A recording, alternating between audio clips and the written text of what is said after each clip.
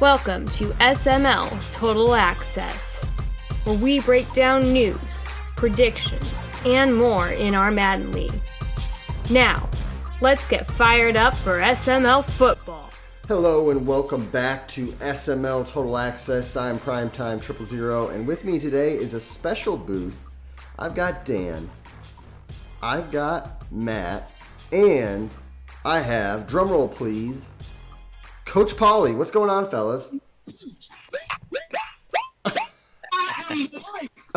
Let's go.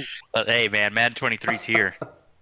We're ready to get started, baby. Brand new cycle, brand new hope for everybody. Everyone thinks they got a chance at some Barties.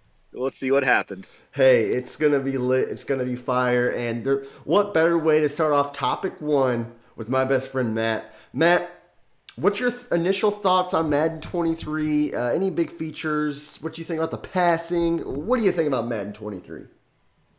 Yeah, I mean, first off, I think so far I like most of it. I think the pass rush improvement is huge. I think that's really going to change or not change, but hide the flaws that the game still has, which is usually the coverage. In Madden 22, you could just stand still and wait for your crossers to come open. You can't really do that now because you might not get enough time. As far as the new passing, Coach P's on the cast here, and I kind of pulled a Coach P. I did not know. I thought the new passing was just the meter and you just push the left stick different areas. Apparently, there you hold L2 and it does a whole bunch of different things. So I just found that out. I think it's really going to change the way we pass, and I think those who get good at it are going to excel this cycle because you can do things you've never been able to do in Madden before when it comes to passing, and you could make throws that would be picks in all the other Maddens, and now they're completions and maybe even touchdowns. Wow. I think it's going to be kind of wild to see how it plays out, this passing with the different level tiers of quarterbacks. So your top end quarterbacks, are they going to put the ball wherever they want and never have an issue, never face any pressure, and the lower end guys are gonna struggle? Is it going to be skill based? I think there's so much unknown right now. I'm excited because we haven't had that in a long time in Madden. Pretty much it was just another copy and paste, and now we got something new, and there's a lot of question marks out there. A lot of kind of should I get a good quarterback? Can I develop a quarterback? How many interceptions am I going to throw? Am I going to free form, for 50 touchdowns and people are going to think I'm cheesy? There's all this stuff that's out there, and no one really knows the final answer. Paulie, what do you think?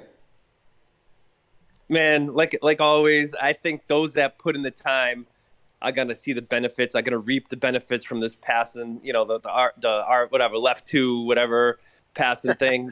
I think it's going to hurt more people than it's going to, help, actually, except for those that get to play the game while they're at work for 8 hours and get paid on the clock. Those people obviously will benefit, right?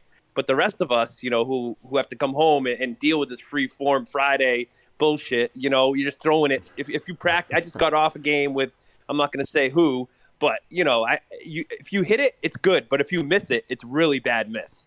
It's like the QB just started playing football to a certain extent. So it's a thing you have to acquire, the skill for. And I think that's, while some people acquiring the skills, they're going to struggle in the beginning, while others that choose the classic mode are going to be ahead in the beginning of the game also. As far as, I like the defense. This game this year, it feels a lot like last year. Usually I have a little adjustment period, but it feels a lot the same to me. I don't know why. Last year felt blocky and slow. This year it feels fine. Man coverage is definitely a lot better. So those are my thoughts as of now. For Paulie, how does baseline work this year? Yeah, I've played a couple guys. I've tried it here and there. It hurts you just as good. But if they can freeform it, it doesn't matter what you're in. You could be in the freaking Pittsburgh field defense from back in the day. It wouldn't matter. Yeah, my opinion on this freeform business, there's the guys who are good passers as is, and that's going to help them. But at the end of the day, if you can't read a defense, and if you're going to force it in double coverage, and if you're going to just do stupid things, you're still going to win stupid prizes. You're not all of a sudden going to become a great passer just because you can put it in a tight window. I mean, if more often than not, I think the guys who make bad reads are still going to be punished by that. As for the game, I like it. The only knock I have is I think man blitzes are a little too overpowered, and I'm sure EA is going to patch that. I believe they will at some point. I just hope they don't go too hard the other way because I think when you send blitzes, you should get quick pressure. But yeah, moving on. Second down. What's the thoughts? And Matt, we'll start with you again. What's your thoughts on everyone's smoke screens? Is there anybody's? Do you like it? Do you hate it? What's your thoughts?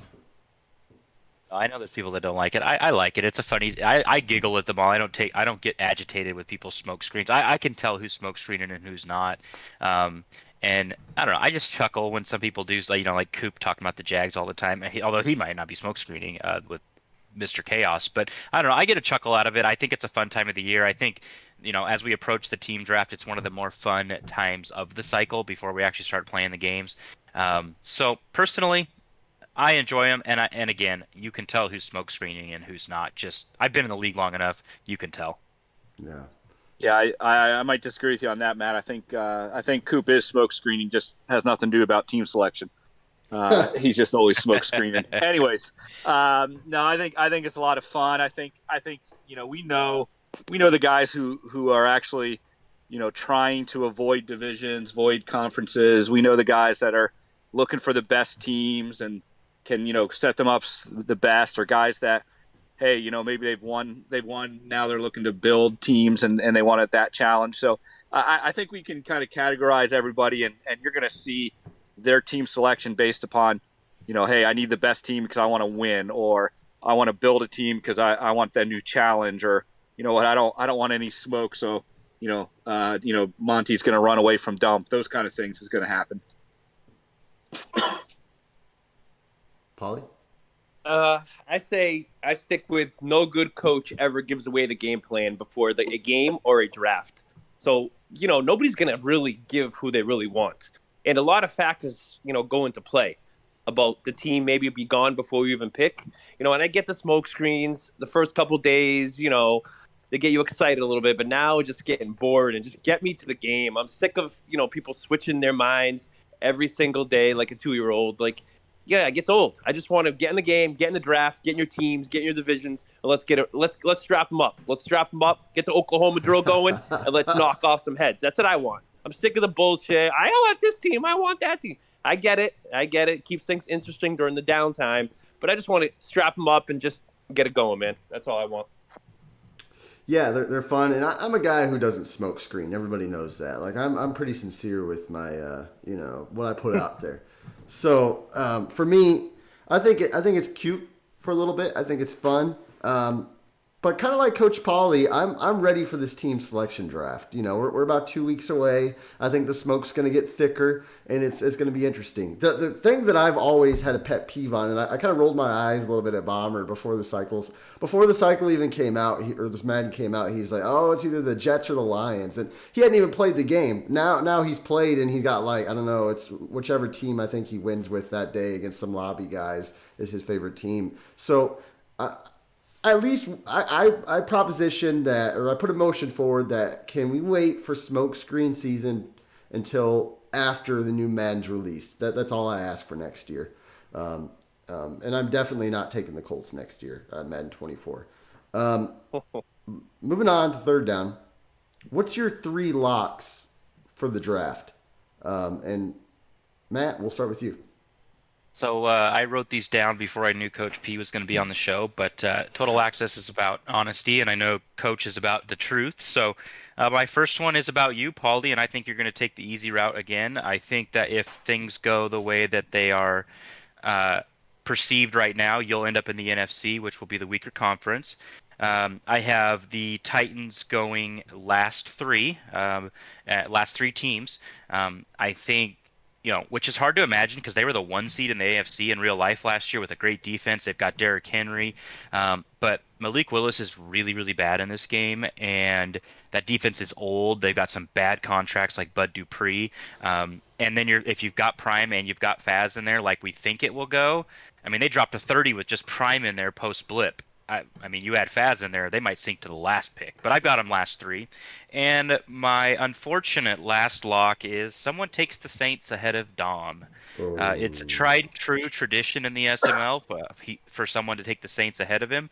I think he picks about 17, and I dogged on that team when I first saw him, but the more I look at them, boy, they're strong.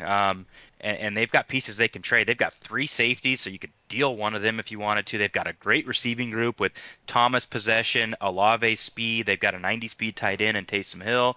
I think someone says, I'm not Mr. Nice Guy. This is a Madden league. I'm taking the Saints. Nice. I like those 3. I think your first one's a lock, though. I think Coach P is going to find the easiest division he possibly can. But my 3 locks are, first one, I am going to say that the Dallas Cowboys are going to fall. They're going to be the team that falls the furthest, and I can't figure out if they're going to go right before Grams or Grams is actually going to get his Cowboys. But the Dallas Cowboys will be a team that is going to fall. Number 2, Meats. If the Saints are there, I think Meats does it. I think Meats takes the Saints. But even if the Saints aren't there, I think Meats is going to do something dumb. Okay, I just got a feeling he's gonna do something dumb, and he's gonna then try to play it off afterwards, like that was his plan the whole time. But it's gonna be something dumb. And number 3, the AFC South will not be the toughest division coming out of the draft. It'll not be the toughest division. Paulie, what do you think? And I'm going to piggyback off that. The AFC South will not be the toughest division for this reason. Matt is out of town. My number 1, Matt had enough of being in Prime's division and being the second fiddle. He wants to create his own identity for once since he's been in the league. So I'm saying he's going far away from Prime, and forget the bullshit that he's spitting about taking the stupid Texans. It ain't going to happen. Number two, going off that, the South, let's see. No, I want to go with Faz. Faz is not going to go to the Jaguars. He just had a whole cycle of the Messiah Dan and Doinkface and Future when he was awake. He had him, those 4 all together, right? He doesn't want to go through that again. He's not going to want to go in the division with the GOAT. His balls aren't that big. Yeah, he has some large parts to his body, but his balls aren't one of them. And he's not going to the Jags. Okay, I'm saying it now. If he does, he will earn the respect of many, and he will set the tone for this cycle because he will say, I don't care. I am the next best thing, which I labeled him years ago, if you remember on The Truth. So let's go, Faz. Now with the ball's in your corner. I don't have your skill. I can't go to divisions with people like Prime. And number 3, last but not least, I predict that the first trade that Figs makes is to me. That's it, folks. Yeah, that's good stuff, guys. So far, I'm gonna go out on a limb here, and I'm gonna say that Grams gets the Cowboys some way, somehow, unless the field general pulls a fast one on him. I think Grams is gonna get the Cowboys. I do think that Monty and Dump will end up in the same division. I think that's just good for business, and I think we're gonna see that. And number 3.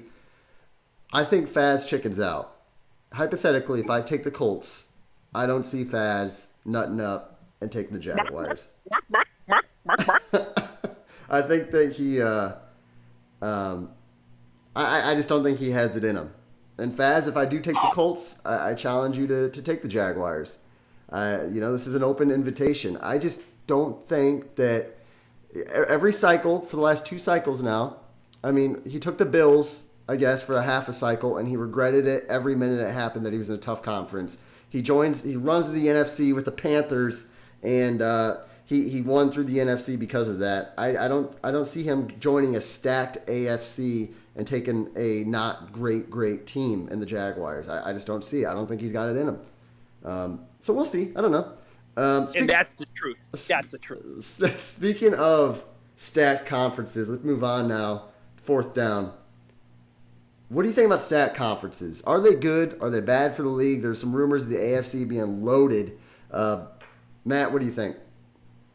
Well, I guess good or bad depends on who you are and what conference you're in. But I think ultimately, I think it's good. I really enjoyed pre-blip with the stacked AFC, even though I was kind of the the little whipping boy as the Steelers, because you guys are all so good. But I like it because what you have two things going for you as far as the league goes. You have the AFC side where the stacked people are. You have an amazing regular season.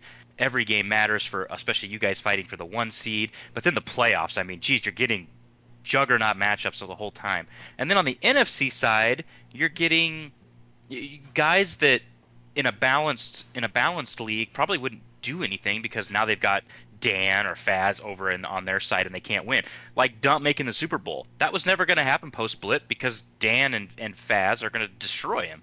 So I think it's good because you might get some new blood in the Super Bowl. We had the Big Five in the Super Bowl every single time last cycle except for the first season. That was the only time that it wasn't two Big Five members, and the only reason was really because there was only one Big Five person in the NFC, and that was QP, who Dump happened to beat. So I think ultimately it's good on both sides, the stacked side and the not stacked side.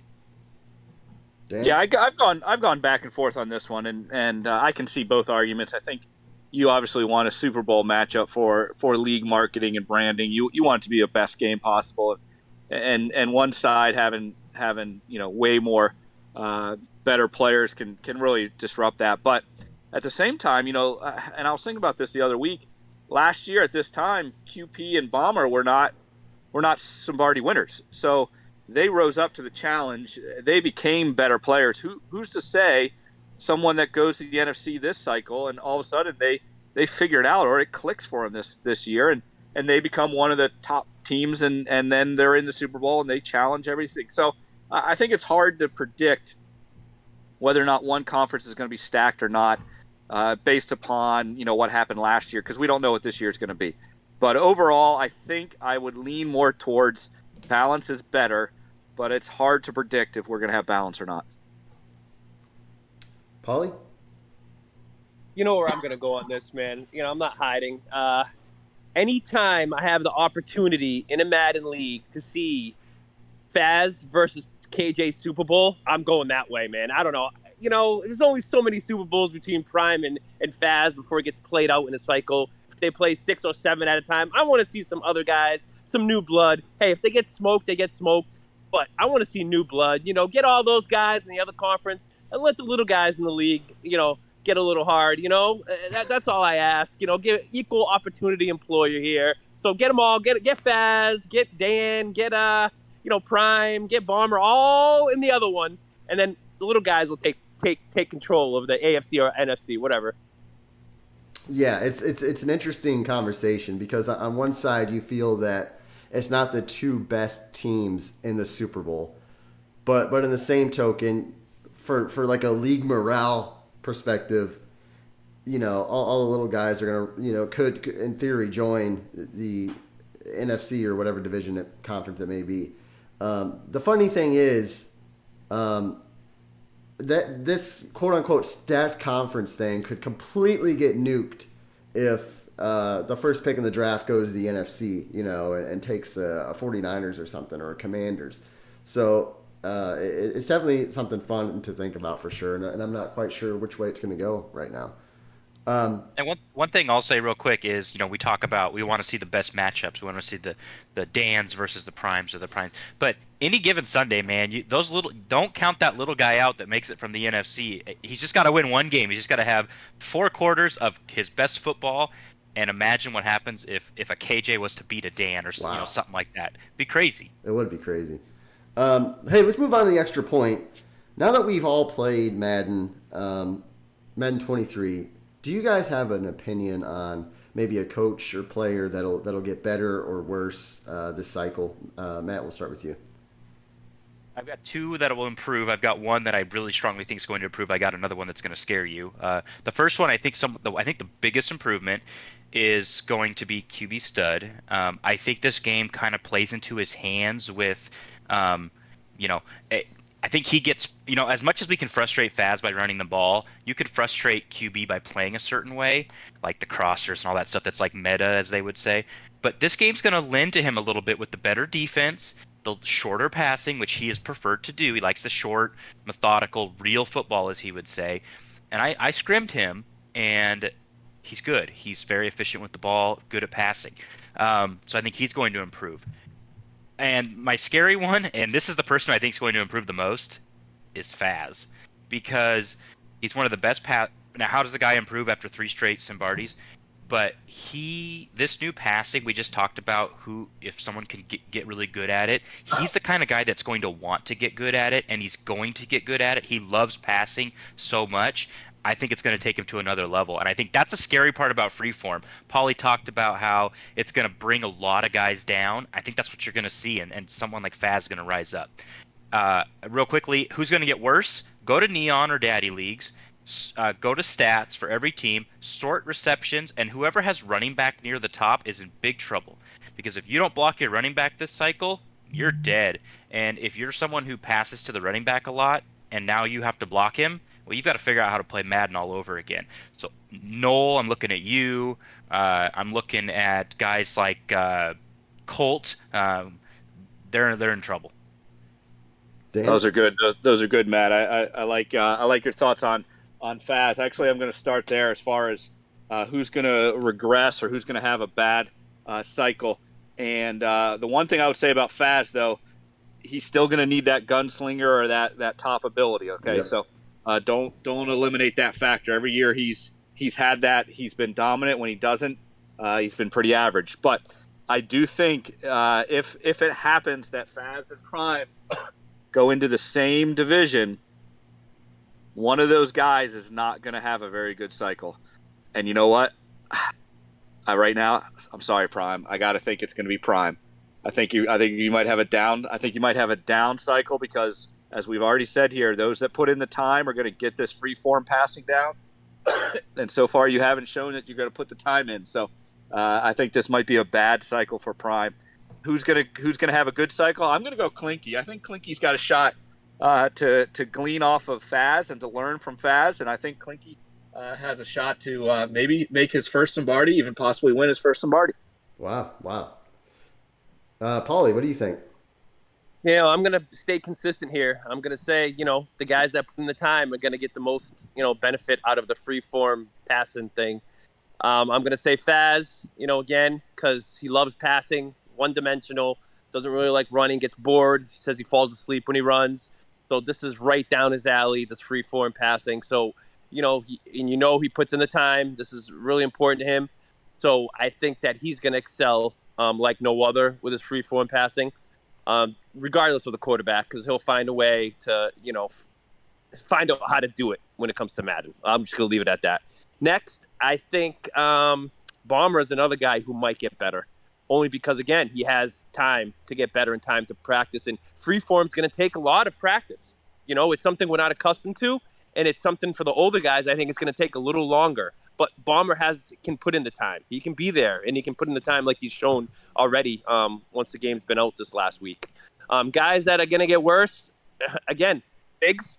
I don't think he has time to put in. I think, riding those trains all day and dealing with people spitting on you nowadays is going to be tough for him to pick up free form. But, to those old guys, just go on classic, man. Don't try to compete with the top dogs. Just be who you are. Don't try to, change your stripes now because a new feature's in the game. Tiny, same thing. KJ, same thing. So it's kind of consistent to what we've seen in the past, but now it's going to be harder, especially if they try to take on this new game logic, which, I think will be a mistake for a lot of guys in this league, but it is what it is. You know who I think is actually going to improve more than anybody is Dump. I think that Dump has some of the best stick skills in the SML, and he's a relatively decent passer at that. I think that he's going to improve the most. And call me crazy, maybe it's building the rivalry, but I think Faz is not going to improve as much as people think he's going to. And here's why. I think he's going to be great at free form when he has time. But if Madden 23 stays consistent, those long, prolonged crossers and long 25, 30-yard corner routes consistently will not be a thing. They just won't be. You're going to get hit. You're going to fumble. You're not going to fumble because I haven't really seen that many. But you're going to get sacked. You're not going to have time for it. Faz's offense is predicated on deep corners, maybe a deep crosser, and then coming back over the middle on a dig route or something. That's just what it is. Obviously, the high-low on the flat and corner routes, but I'm not seeing it. I'm not seeing it. And if I do take the Colts, I would invite him very, very much so to join the AFC South. Let's strap him up. Let's go 12 rounds, and let's see who comes out on top and see who's face first on the canvas. I am 100% confident that Faz would not win a Sombardi if he took the Jaguars. 100% confident. Yeah, Nice. I changed my mind. Faz is going to suck this cycle. I agree. I respect that. Thanks, Matt. Guys, anything else you want to add to the show? All right.